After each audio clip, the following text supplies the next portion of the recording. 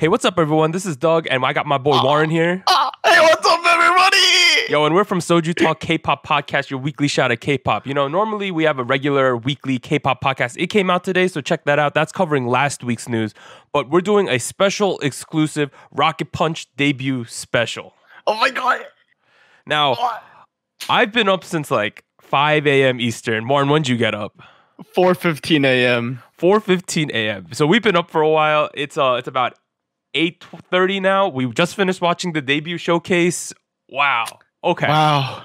Now we're doing this. We normally don't do this, but we're doing this because Warren's ultimate bias, Jury, just debuted in Rocket Punch. It's real. It's real. So Man. yeah, so we're gonna go over the group a little bit. Then we're gonna talk about the music video, the song itself, and their future productions. And this shouldn't be that long. It's not like our normal podcast. It's just a short exclusive thing.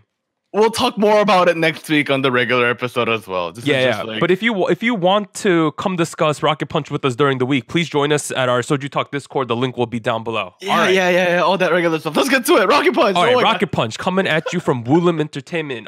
The history of Woolim, they have Infinite, a guy group which has 43 music show wins. Lovelies, which is a girl group that's currently active. They got 3 music show wins. Infinite's also active, but a little less these days because a couple members, I believe, are in the military right now. And lastly, they're more rookie guy group, Golden Child, which doesn't have a win yet, but I think they'll get one eventually. But now let's talk about Rocket Punch. 6 members, ranging in age from 21, so that means they're born in 1997, to 14, born in 2005. That's a pretty big gap, 7 years. But the members are Juri, Yeonhee, Sooyoon, Yoongyung, Sohee, and Dahyun. Okay. Warren, how excited are you for this debut? Let's just pause. Okay, obviously it's obvious that I'm really excited, a little too much. So I'm gonna pause myself for a bit and let's rewind up for a bit, right?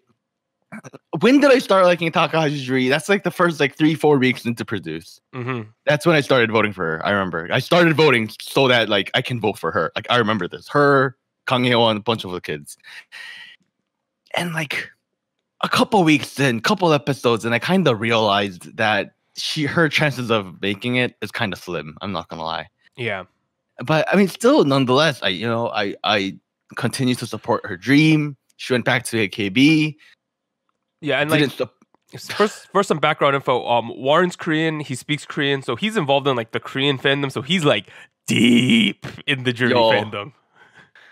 I'm streaming stuff right now while we speak. Get them YouTube numbers. But I remember when Juri didn't make it into the IZ*ONE lineup. There was a lot of, obviously Warren was sad, but there was a lot of uncertainty as to what would happen going forward. That was the main feeling I got from him, because it was she kind of stagnated in AKB before Produce, and because she didn't make the final lineup, it's what is she going to do now? And then how much after Produce did she leave AKB? She left. She officially left last March, but announced at a month before or so. So after that, everyone was like, "Oh, I wonder what's gonna happen to her." And then all of a sudden, Woolim Entertainment casted her, which was the first good sign, right? That means all right, Woolim, respectable mid to high tier company. We knew that was gonna be good, right? Woolim generally produces high quality content, and then all of a sudden, they started to post on this rookie Twitter, right? The rookie Twitter. All they did was post 6 member profiles, no pictures, nothing, just text. And I was like, what's going on? And then that was a whole month of nothing else. And then finally they announced a girl group will be coming. And not only will it be coming, but it'll be coming within the month. Dude, it was for 2 weeks, for the last 2 weeks, starting the 22nd or so. It was a couple days before my birthday. I remember they started just posting stuff every day on midnight Korean time. So that's 11 a.m. here. So every morning I'd be waking up, going into the V Lives, going into her Twitter, be like, all right, what are we in for today? And they just kept on dropping teasers every day. It's been a wild ride. It's been truly a wild ride, and it's only the beginning. That's what I can't believe. This is just where it begins. All right, so now let's talk about the song BIM BAM BUM. BIM BAM BUM. I knew for you expectations were super high, right? Because you're a Juri, one pick, She's your ultimate bias, so you have high expectations, and it's Woolim, so you know it has to be decent, right? Right. For me, as someone who's more of a casual observer, I'm more of a fan of Jury because you are, right? Like, let's be honest here. Honestly, yeah. I was like, I wonder what's gonna happen because debut songs this year from guy and girl groups have been pretty good overall. They've been pretty strong, yeah. This song, I'm gonna say right here, this is a great song for a debut song. Like, this is the best song for a debut song. Are you kidding? My you know, God. they did a couple things interesting. I told you before, in the chorus section, they could have relied heavily on vocals, but they decided to go with a more earworm approach, like a catchier chorus. I thought that was a super smart move.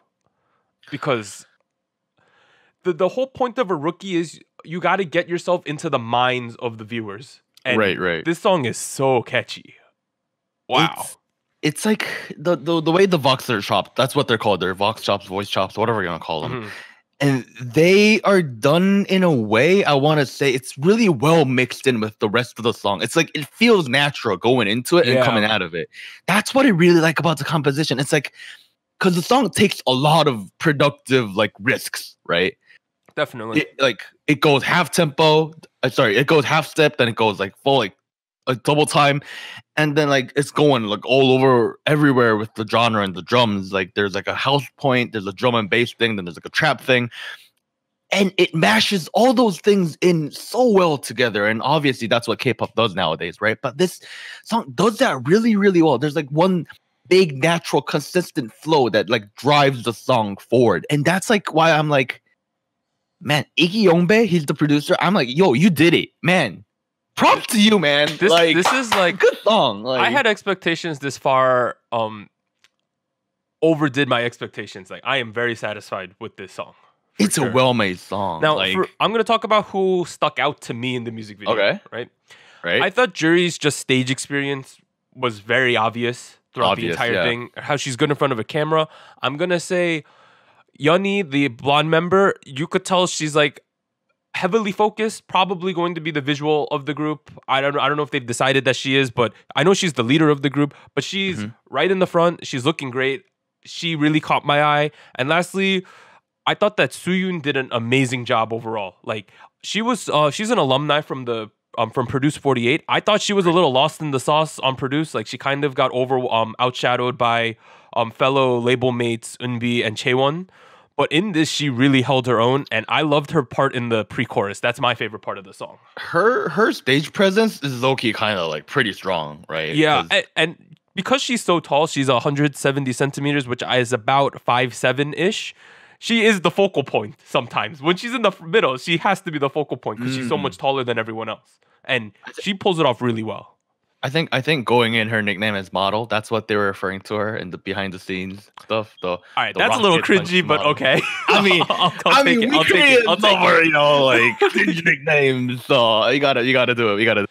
Yeah. And then it's amazing because Dahyun is 14 years old. Like I'll say it this way: she did really well for a 14-year-old, but there's certain points you could tell she's not super camera ready yet. Which I assume over the next couple releases, she'll definitely get some more experience and it'll be more natural. That's what I'm hoping for too. She's definitely showing a lot of potential. Like, a lot of potential. I would say right now she's mostly potential. Like here's the thing. Here's what really gets me going about this group, right? Because like obviously I'm biased towards them. I'm not gonna even try to hide that, obviously. But even that aside, I there's so much potential to like shine with the rest of the members that I'm like not super familiar with yet. I'm like, that's what really gets me going. That's what really like gets me excited because I see like so much like potential with the rookie group. That's what got me going about it. Yeah. See, that's what got me going about Twice when they debuted. It's like I like it when groups do that when they debut, and I see like I kind of want to see kind of growth. Obviously, they need to start from a certain point where it's like this is a pretty high starting point. Honestly, it's a pretty high starting point. Like surprisingly high. Like I'll say that. Now, if we talk about Woolim as a company, right? Right. Infinite. Humongous success. Obviously, they won a bunch of stuff. I would still consider them one of the most underrated groups from that generation, even though they've won so much. I don't think they come to people's minds initially. Lovelyz is kind of like a staple girl group where everyone knows who they are. They have catchy songs. Like everyone knows Achu, right? But they were not as commercially successful as they could have been. Now, I don't know why I'm speaking them in past tense. They still can get super famous more, but it's like at this point in their careers, it's going to be difficult, I would say. Now, with Rocket Punch coming in as another girl group, I was concerned about the concepts clashing, right? Overlapping each other too much. They did something that Lovelyz would never do with this song, to be honest. There's complete separate end of the spectrum. Because if we think of Lovely sound, it's K's voice. That's Lovely sound, right? She sings most of the choruses. That's the sound I associate. Very cutesy, fairy-y, airy, right? That's their thing. This was more like electric, funky, something that Lovelyz would never do. And I'm really happy that Woollim chose to do that, to not overlap it at all. It's like I feel like it's a current trend within girl groups and K-pop right now to like showcase both kind of like high teen kind of crush and energy. You know what I'm talking about, right? It's all about energy right now. Yeah, it's all about energy. They're doing that really well. Like I'm thinking back at the list of girl groups that debuted this year, right? And I'm like, obviously I'm not gonna name any names, but I feel like this is like within the top 3. Like for girl groups? Yeah, with who debuted this year. You might be right. I would have to look at a list more, but off the top of my head, this is one of the better ones for sure. This is honestly one of the better ones. Like obviously one of them is gonna be Issy, right? And the other ones I'm not gonna name. But yeah. So there's a tiny bit of controversy that came out of the showcase in the pre-showcase. What is it called? News press conference, essentially. It's basically the reporter showcase. Yeah, reporter showcase. Okay. Jury was put in an awkward situation after one of the reporters asked her to comment on the South Korea-Japan trade wars. I think that's completely out of place for like an idol showcase, and I'm really happy that the MC Emsu Haru responded. This is a translation. It's a sensitive issue, so it's too difficult to respond. I apologize and ask for your understanding. We'd be thankful if you only ask questions related to their albums, which is what this kind of thing should be, right? So props to MC Haru for doing that. That person is just like, I want views. Like I want clicks on my article. That's what it is at the end of man. Yeah. But so that's the only news that came out of that. In terms of the showcase went smoothly. Everything was great. The MC was good. The kids were good. Jury had some really cute moments, which I'm sure will probably become memeable going forward. She said "Goguma" when she couldn't remember her prepared speech, so that was pretty cute. But the question that I always ask with this group, I know Warren's gonna get sick of it because I always ask him this: what's going to happen with IZ*ONE's Chaewon and Eunbi once IZ*ONE's over? Because they're also Woollim trainees. No, these are things we gotta talk about. Now that I know that the Rocket Punch career is gonna be rock hard solid, we gotta talk about it, right? I don't know, Eunbi. Let's talk about Eunbi first because I feel like that's an easier question to answer. I would be shocked if she joins this group personally. I would be shocked as well. Now, I think she's completely set up to do a solo thing, sort of like Chungha's doing right now. It just seems like that's the path for her because she has enough individual popularity and skill to pull that off. She has a 10-year age gap with Taehyun, the youngest member. That's quite a bit. I'm not gonna lie. Like, or we're already kind of pushing it with Jury with the 8 years. Like, yeah, it's just difficult because it's not like Woollim has a huge track record of having solo artists in their company. So, like exclusively solo artists, I'm not even sure they have any. I would have to look that up, but off the top of my head, I can't name any. But not K-pop ones. There's Ju. Okay, she's kind of like indie kind of vibe kind of thing. Yeah.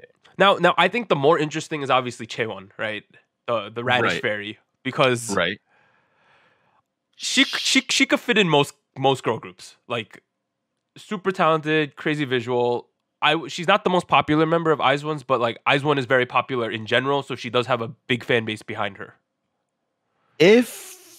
What I can kind of confirm right now, based on the information based on the media releases I've seen so far, there doesn't seem to be a strong driving vocal presence within the group. Everyone's kind of good. Everyone's kind of okay. But like at the same time, there's not one power vocal that kind of drives the song forward in terms of that.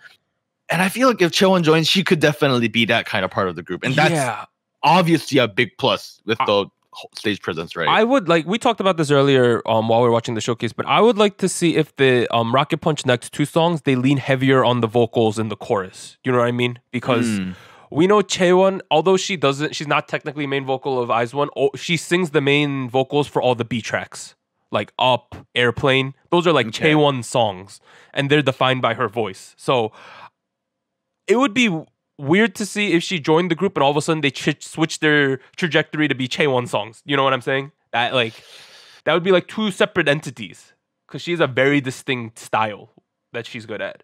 Okay, I don't know what kind of styles she's good at. Would she kind of fit in with songs like Here, maybe, for example? What do you mean by that? Is that one of the other songs?